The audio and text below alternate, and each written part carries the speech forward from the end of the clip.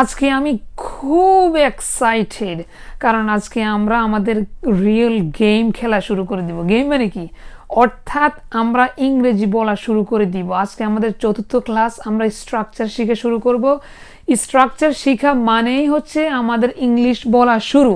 So আজকে থেকে আমরা ইংলিশ বলা শুরু করে দিব। ওকে, সো আপনারা রেডি থাকেন ইংলিশ বলার জন্য। আপনাদেরকে আমি পুরা কোর্সের যে একটা প্রিভিউটা আছে ওটা বলে দিই। আমাদের কোর্সে আমরা 3টা গ্রুপ থাকবে। গ্রুপ 1 মানুষের গ্রুপ না, গ্রুপ 1, গ্রুপ 2, গ্রুপ 3। প্রত্যেকটা গ্রুপে 10টা করে স্ট্রাকচার থাকবে। হয়তো 10টা থেকে একটা দুইটা এদিক ওদিক হতে পারে। এখন সহজে বোঝানোর জন্য 10টা স্ট্রাকচার থাকবে। প্রত্যেকটা স্ট্রাকচারে 6টি করে প্র্যাকটিস থাকবে। বুঝলেন? 3টা গ্রুপ 10টা করে স্ট্রাকচার, সো 30টা হবে। তিনটা গ্রুপে 10 করে 30টা, এবং প্রত্যেকটা স্ট্রাকচারের 6টা করে প্র্যাকটিস থাকবে। এখন আপনি হয়তো এটা শুনে মনে করেন, ইয়া আল্লাহ, আমি কিভাবে এত কিছু শিখব? আমি কিভাবে এত কিছু মনে রাখবো? আমার তো এত কিছু মনে রাখার নাই। এত কিছু আমি কিভাবে মনে রাখবো? উত্তর হচ্ছে, আপনি যখন একটা শিখবেন সবগুলো সেমভাবে যাবে। সো আপনি প্রথম স্ট্রাকচারে যে 6টা প্র্যাকটিস আছে ওইটা যখন শিখে যাবেন, বাকি সবগুলোই সেম। তার মানে আপনার ভয়ের কোনো কারণ নেই। আপনি একটা স্ট্রাকচার যখন প্রথমে বুঝে যাবেন, কষ্ট করে প্র্যাকটিস করে নেবেন, এটার পরে বাকি সবগুলো এই একই নিয়মে হবে। একই নিয়ম, সেম, খালি স্ট্রাকচার পরিবর্তন হবে। আর আপনারা শুধু প্র্যাকটিস করতে থাকবেন। স্ট্রাকচার পরিবর্তন হবে, প্র্যাকটিস করতে থাকবেন। সব প্র্যাকটিসগুলো একই সিস্টেমে হবে। আর একটা কথা বলছি, আমাদের কোর্সটা কি প্র্যাকটিসের কোর্স। তার মানে আপনি মুখ থেকে প্র্যাকটিস করতেই হবে। প্র্যাকটিস যত করবেন তত বলবেন। এটা হলো আমরা ইংলিশ বলা শিখতেছি না। আরেকটা বলি, গ্রুপ 1-এ আমরা ভার্ব 1 সম্পর্কেই আমরা সব, মানে আমাদের গ্রুপ 1টা ভার্ব 1কে নিয়েই বেশিরভাগ হবে, আর ভার্ব 2 একবার ইউজ হবে সে। এরপরে গ্রুপ 2-তে আমরা নাউন নিয়ে কথা বলবো, নাম। এরপরে গ্রুপ 3-তে আমরা ভার্ব 3 যেটা ছিল, ভার্ব 3 যেটা ছিল ওইটা নিয়ে আমরা গ্রুপ 3-তে কথা বলবো। আপনারা এই জন্যই আপনাদেরকে বলেছি ভার্ব শিখবেন। ভার্ব 3 প্রকারে শিখবেন। সো আপনি যত বেশি ভার্ব জানবেন তত বেশি এখন ইংলিশ বলবেন। আপনার ভার্ব নাই, ইংলিশ না, আমি লিখে নিই, এটাকে আপনি নোট করে রাখবেন। নোট বুঝেন? সো গ্রুপ 1 আমরা আজকে কি করব? গ্রুপ 1-এ কয়টা স্ট্রাকচার থাকবে? 10টা। সো আমরা আজকে প্রথম স্ট্রাকচারটা শিখব। মনে রাখবেন, গ্রুপ 1-এ আমরা বেশিরভাগ ভার্ব 1 নিয়ে কথা বলবো, ঠিক আছে? আর ভার্ব 2 একবার থাকবে, শেষ, ঠিক আছে? তাহলে আমরা আজকে গ্রুপ 1-এর স্ট্রাকচার নাম্বার 1 শিখবো। স্ট্রাকচার নাম্বার 1-এ কয়টা প্র্যাকটিস থাকবে? 6টা। নাম্বার 1, স্ট্রাকচার নাম্বার 1, বুঝলেন? স্ট্রাকচার নাম্বার 1 এটাকে লিখে রাখেন। Subject plus verb 1। আল্লাহ, আমাদের ইংলিশ বলা আজকে থেকে শুরু হয়ে যাবে। সাবজেক্ট জানেন? সাবজেক্ট কি? সাবজেক্ট প্লাস, এটা হলো প্লাস, সাবজেক্ট প্লাস। সাবজেক্ট চিনেন? আপনাদেরকে আমি সাবজেক্টের একটা ক্লাস করাইছিলাম না? তো সাবজেক্ট প্লাস ভার্ব 1। ভার্ব 1 তো এবার বুঝেন। ভার্ব 1 মানে ভার্বের প্রথম সারির সব ভার্বকে কি বলে? ভার্ব 1। সাবজেক্ট প্লাস ভার্ব 1 এর অর্থ কি হবে? অর্থ হবে এইভাবে, যেমন সাবজেক্ট হলো আই, ভার্ব 1 হলো খাওয়া। খাওয়ার ভার্ব 1 কি? খাওয়ার ভার্ব 1 হলো ইট। সো আই ইট, এটা হলো আমাদের স্ট্রাকচার নাম্বার 1। মনে রাখবেন, structure number 1, subject plus verb 1। So I eat, I plus eat মানে আই ইট। সো এটার অর্থ কি হবে? অর্থ লিখে রাখবেন। সাবজেক্ট প্লাস ভার্ব 1 এর অর্থ হচ্ছে আমরা যেসব কাজ প্রতিদিন স্বাভাবিক, মানে ধারাবাহিকভাবে যেসব কাজ করি, ঠিক আছে, এই অর্থ হবে। সো এটা হলো যারা আপনারা আরবিক গ্রামার জানেন, মাদি মতলক মানে হচ্ছে অনির্দিষ্ট অতীতকাল। সো আমাদের স্ট্রাকচার নম্বর 1 এর অর্থ হবে অনির্দিষ্ট অতীতকাল। মানে কি? মানে হচ্ছে যেমন আই মানে হচ্ছে আমি, আর ইট মানে হচ্ছে খাওয়া। সো আমি খাই, আমি খাই, আমি খাই। এটা ইউজুয়ালি এটা কি বোঝায়? আমি খাই বললে কি বোঝায়? আমি খাই বললে কি বোঝায় যে আমি অলরেডি অতীতে খেয়ে ফেলেছি? No, right? আমি কি ভবিষ্যতে খাবো এরকম কিছু বোঝায় না। আমি খাবো এটা তো আলাদা।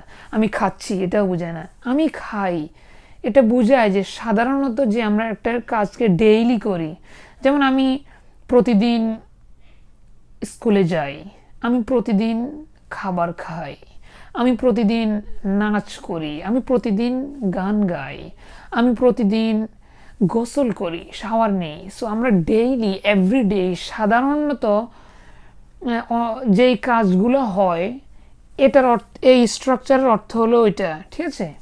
আমি খাই। তাহলে আপনি লিখে রাখতে পারেন যে স্ট্রাকচার নাম্বার 1 এর অর্থ হচ্ছে অনির্দিষ্ট অতীতকাল। মানে অনির্দিষ্টভাবে যেই কাজ, অতীতকালটা অনির্দিষ্ট যখন হয় করেন, এই কালটা কিন্তু বেশি বেশি ইউজ হয়, মানে টু মাচ ইউজ হয়। এই স্ট্রাকচারটা সব সময় ইউজ হয়। যেমন আমরা সব সময় বলি I eat, I sleep, I go, you go, you do, you sleep, you. ঠিক আছে? এটা সব সময় ইউজ হয় এই স্ট্রাকচারটা। সো এই স্ট্রাকচারটা আপনার শেখা খুবই গুরুত্বপূর্ণ। ঠিক আছে? ভালো করে। সো এই স্ট্রাকচার আমরা এখন প্রথম প্র্যাকটিসটা শুরু করব। প্র্যাকটিস 1 এটা বসাই দিই, সাবজেক্ট প্লাস ভার্ব 1 বসাই দিই। সাবজেক্ট হলো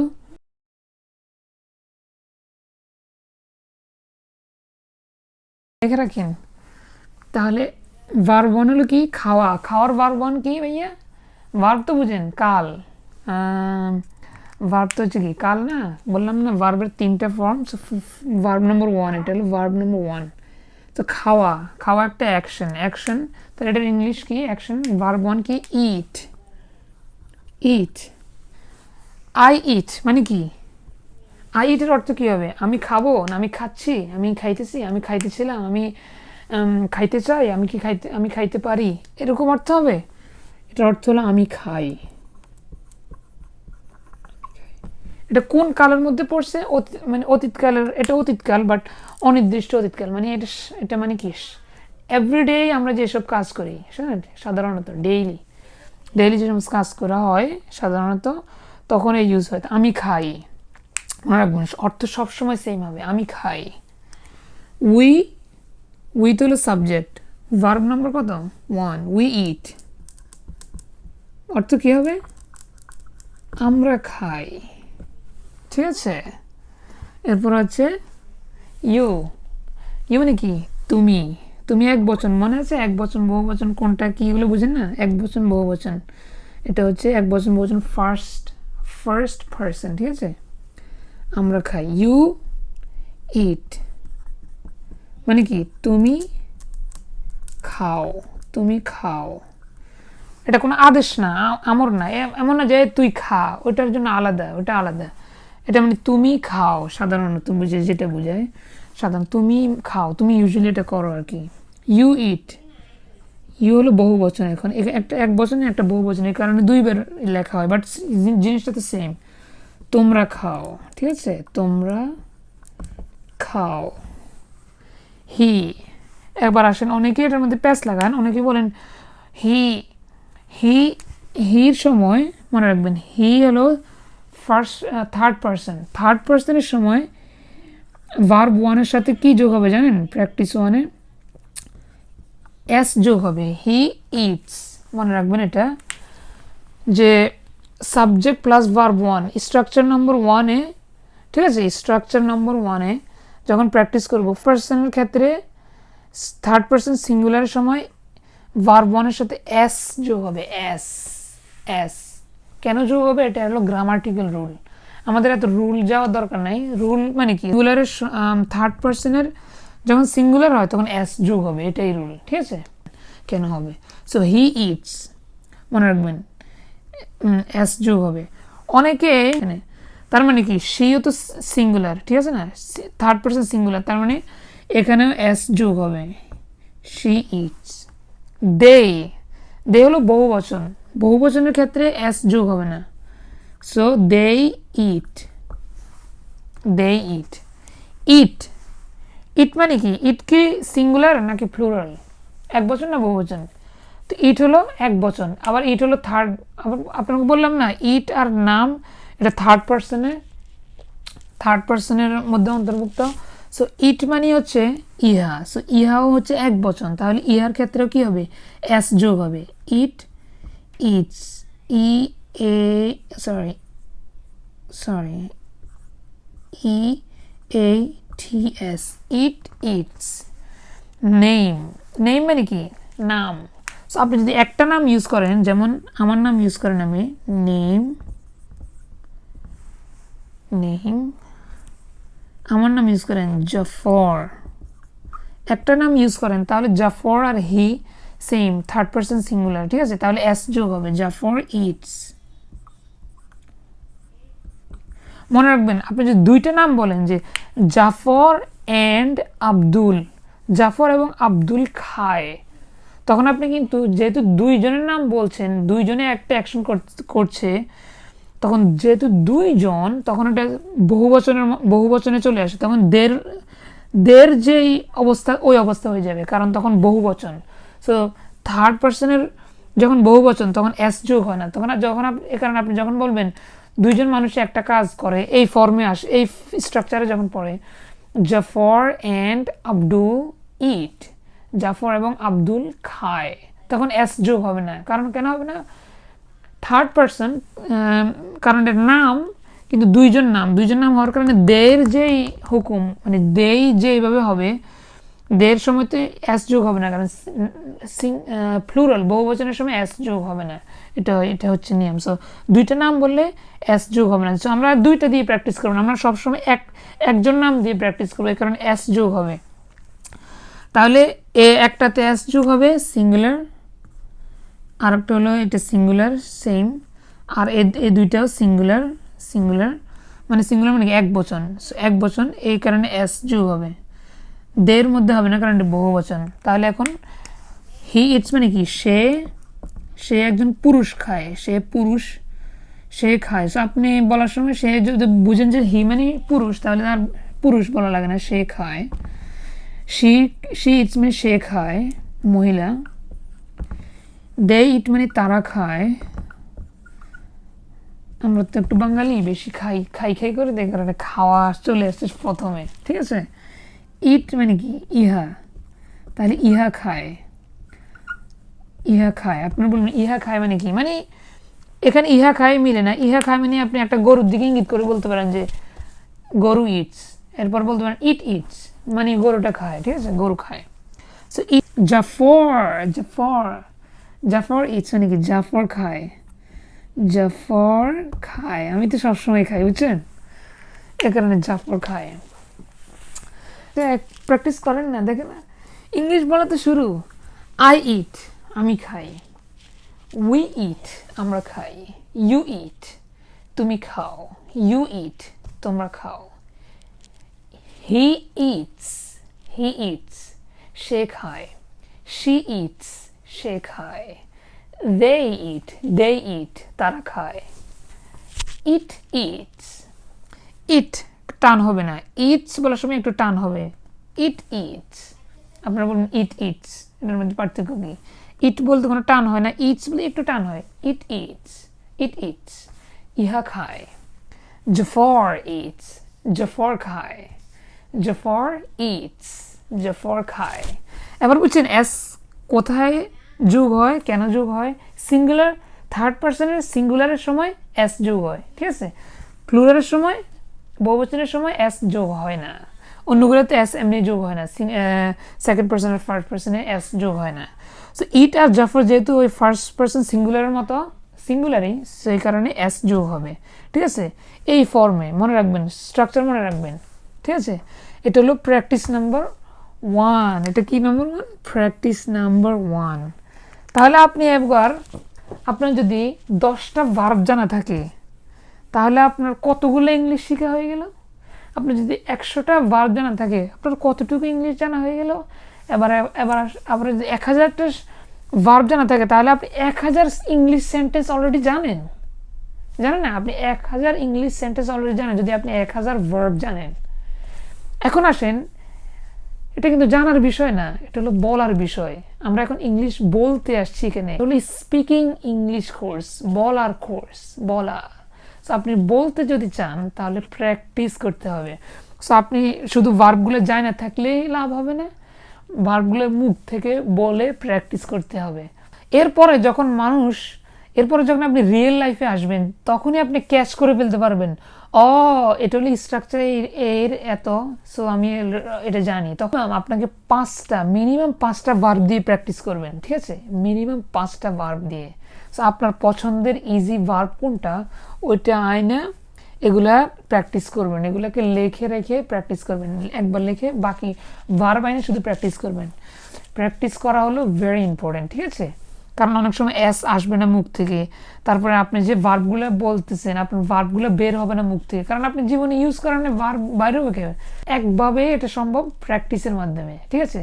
সো আপনি যেগুলো ইজি ভার্ব ওইগুলো দিয়ে শুরু করেন, যেগুলো হার্ড এগুলোতে যাওয়ার দরকার নেই, ওইগুলো পরবর্তীতে। এবার ইটের জায়গায় অন্য আরেকটা ভার্ব দেন, যাওয়ার ভার্ব কি? ভার্ব 1 কি? গো। বলেন আই গো, আমি যাই। উই গো, আমরা যাই, ঠিক আছে? ইউ গো, তুমি যাও। ইউ গো, তোমরা যাও। হি সময় কি হবে? গোর এখানে এস যোগ হবে, এস যোগ হবে, কিন্তু এটা এভাবে দিলে এই উচ্চারণ এই লেখাটা ঠিক না।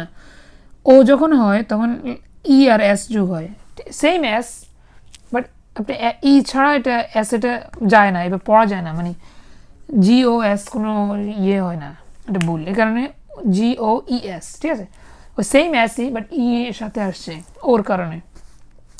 সো হি গোজ, সে যায়। শি গোজ,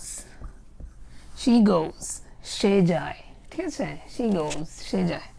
দে গোজ হবে না গো হবে, দে গো, তারা যায়। ইট গোজ হবে না গো হবে, ইট গোজ, ইহা যায়। জাফর যায়।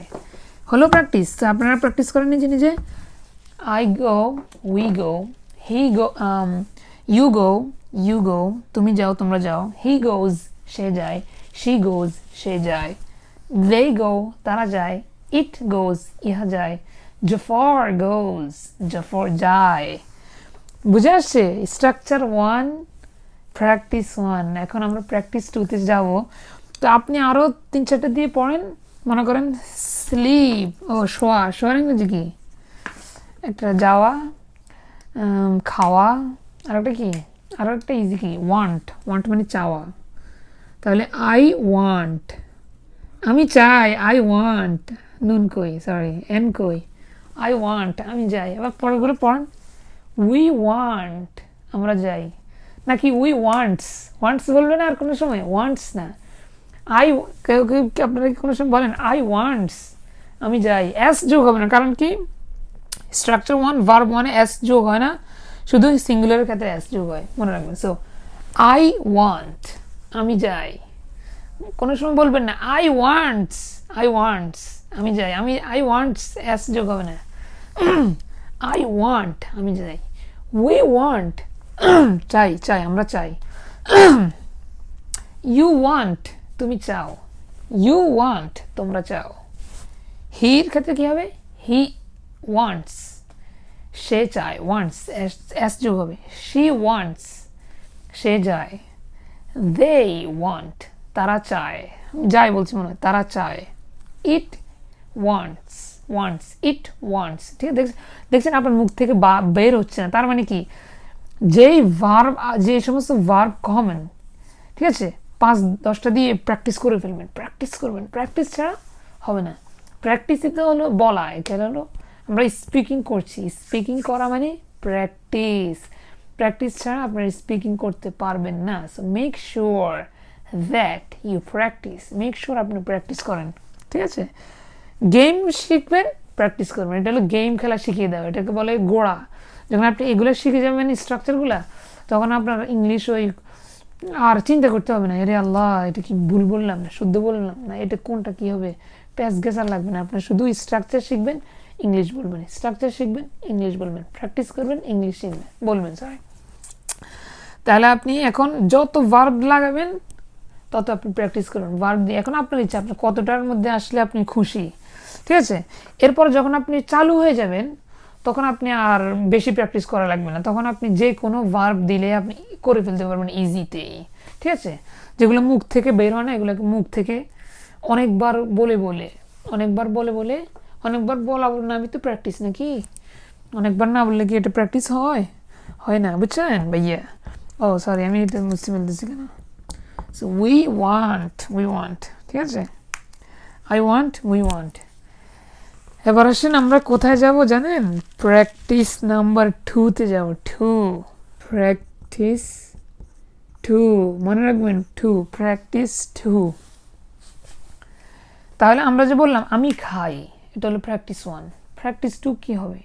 আপনি নেগেটিভ, আপনি কি সবসময় খান? আপনি তো অনেক সময় খান না, ঠিক আছে? আপনি যদি কেউ বলে তুমি স্কুলে কি যাও প্রতিদিন, আপনি বলবেন যে আমি যাই না, তো এটা হলো সেকেন্ড প্র্যাকটিস, নেগেটিভ, ঠিক আছে? সেম স্ট্রাকচার, বাট আমরা এটাকে নেগেটিভ বলবো, মানে আমি খাই না, তো এটা বলতে হবে না, খাই না, এটা হলো নেগেটিভ। প্র্যাকটিস 2-তে আমরা নেগেটিভ শিখবো, নেগেটিভ বলা। So same, subject 1 I, verb 1 হলো কি ইট, আমি খাই। তাহলে আমরা এটা নেগেটিভ করবো কীভাবে? আই, অর্থ মনে রাখবেন, অর্থগুলো হলো মেন। এই স্ট্রাকচারের অর্থ কি হয়? অনির্দিষ্ট, যেগুলো স্বাভাবিক বোঝায়। তো অর্থ আবার বলি না আমি খাইতেছি না, এরকম না, আমি খাই না, আই ইট। সো এটা নেগেটিভ হলো I do not eat, do not. তো নেগেটিভের ক্ষেত্রে প্র্যাকটিস 2-তে ডু নট অ্যাড হবে, ঠিক আছে? প্র্যাকটিস 1-এ ভার্ব সেম, স্ট্রাকচার সেম, খালি আমরা এটাকে নেগেটিভ করব। সো আমি যদি কোন বলি আমি খাই, আমি যদি বলি আমি খাই না, আই ডু নট, ঠিক আছে? আই ডু নট, এটা অ্যাড হয়েছে কারণ আমরা নেগেটিভ হলে ডু নট ব্যবহার হবে। এগুলো মনে রাখবেন, নোট করে রাখবেন। I do not eat, I do not eat মানে কি? আমি খাবো না, নাকি আমি খাই না? আমি খাই না, অনির্দিষ্টভাবে বলবেন আমি খাই না, আই ডু নট ইট, আমি খাই না,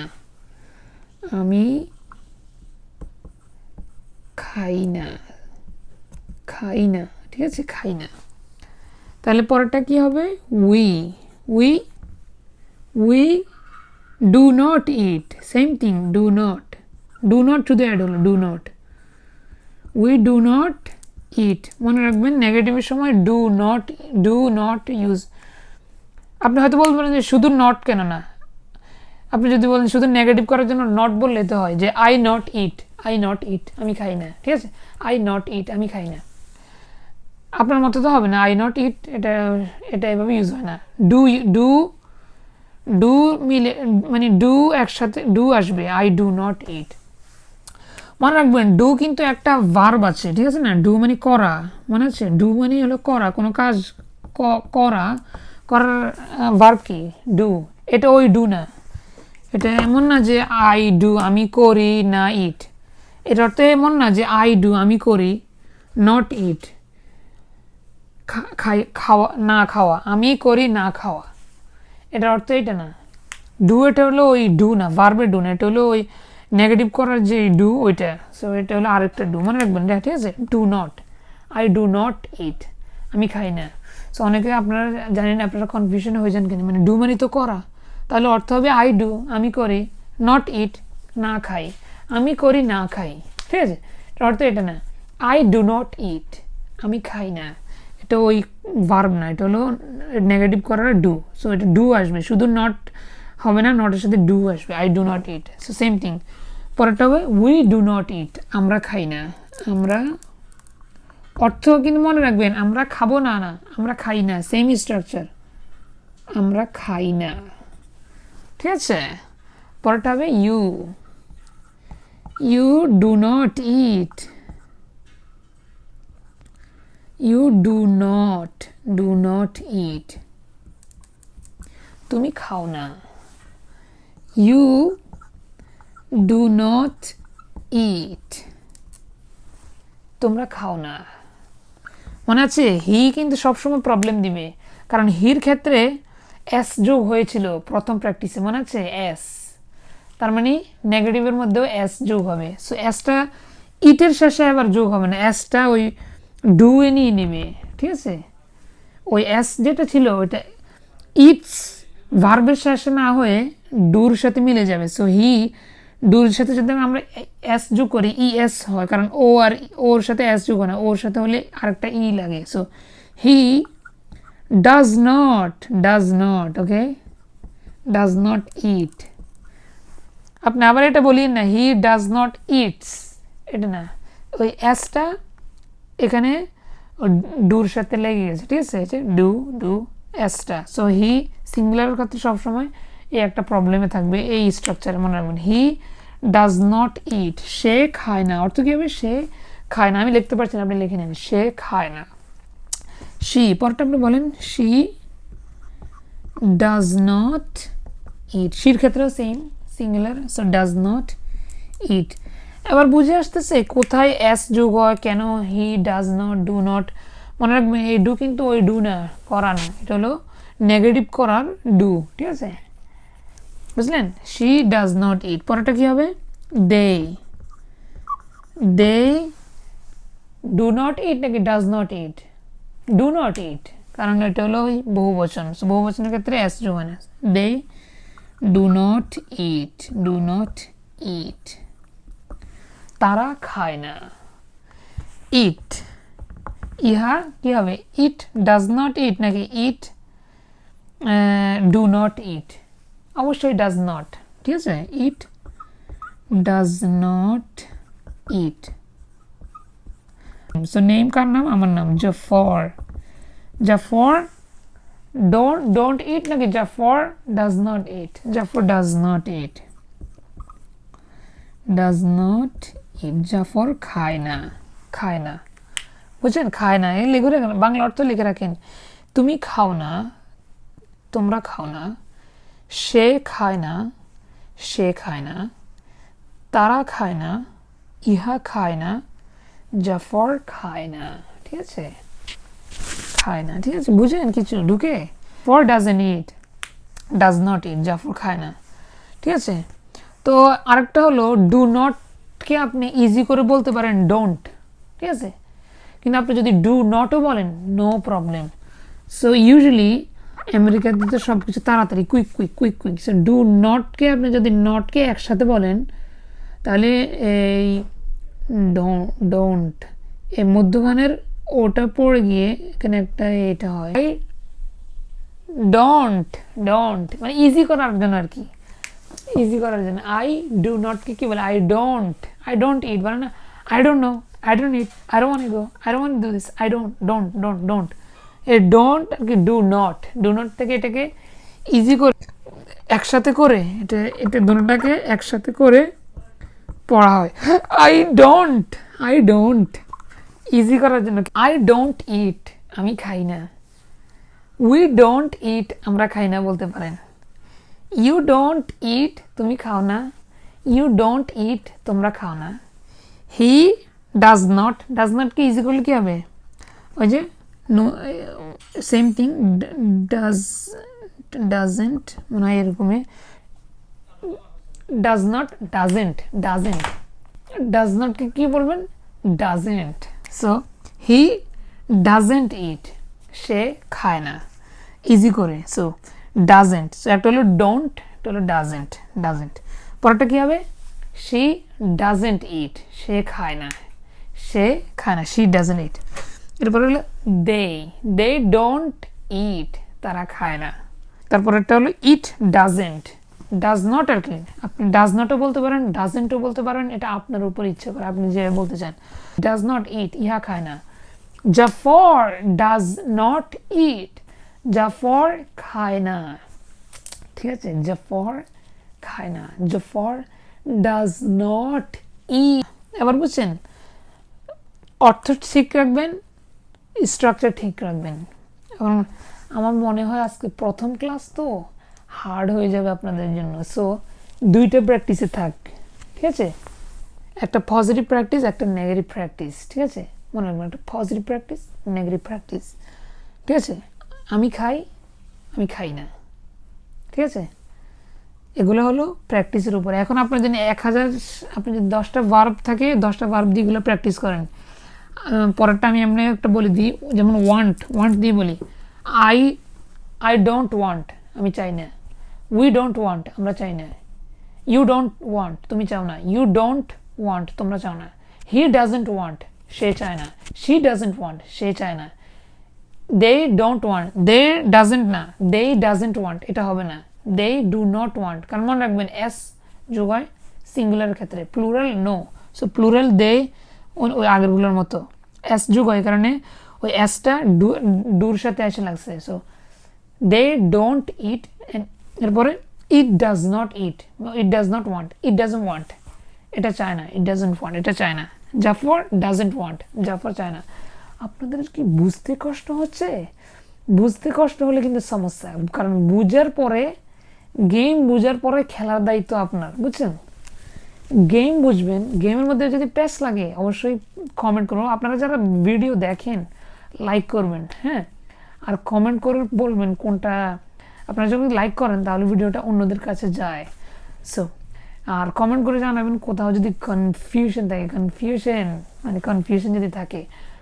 আর ঠিক আছে, সো মনে রাখবেন, আমি আপনাদের কাছ থেকে যেটা চাই, অ্যাটলিস্ট 5টা ভার্ব দিয়ে সব প্র্যাকটিস করবেন, অ্যাটলিস্ট 5টা ভার্ব দিয়ে সব প্র্যাকটিস করবেন, ঠিক আছে। আর আপনি যদি মনে করেন যে আমি আরও করতে চাই, আমার আরও সময় আছে, কারণ দেখেন আপনি যদি সারাদিন হাঁটার মধ্যে পর প্র্যাকটিস করতে পারেন, যাই খেলতে গিয়ে সব সময় আপনার মাথার মধ্যে এখন ইংলিশ থাকবে, কারণ আপনি ইংলিশ ম্যান হয়ে যাইতে চান, ঠিক আছে, you want to become an English man, ঠিক আছে। সো এই কারণে আপনি কি করবেন, প্র্যাকটিস করতে থাকবেন। সো আপনার 5টা তো অ্যাটলিস্ট দিয়ে প্র্যাকটিস করবেন। প্র্যাকটিস আমাদের নেক্সট ক্লাসে কী হবে, প্র্যাকটিস নাম্বার 3, প্র্যাকটিস নাম্বার 4, ঠিক আছে, আসবে। সো ভেরি ইন্টারেস্টিং ক্লাসগুলো কিন্তু আসছে। আপনার কিন্তু খেলাকে আপনি আপ টু ডেট রাখতে হবে, হ্যাঁ, আপনি প্র্যাকটিস করতে থাকবেন, আপ টু ডেট না হলে আপনি পরে পিছিয়ে পড়ে যাবেন। প্র্যাকটিসগুলো করবেন অবশ্যই, 5টা হলো মিনিমাম, আর আপনি যদি আরও বেশি পারেন, খৈর, নূরুন আলা নূর, লাইট আপন লাইট, ঠিক আছে। আশা করি আপনার ভিডিওটা বুঝেছেন, ক্লাস বুঝেছেন আশা করি। আপনারা যারা আমার স্টুডেন্ট আছেন অবশ্যই সিরিয়াসভাবে নেবেন এবং পড়বেন, ফ্রেন্ড অ্যান্ড ফ্যামিলি। আমার সাবস্ক্রাইবার 1জন হোক 2জন হোক, ভিডিও সবসময় আসবেই কোর্স শেষ হওয়া পর্যন্ত। প্র্যাকটিস করবেন, ভেরি ইম্পর্টেন্ট প্র্যাকটিস করা। Thank you, see you in the next class.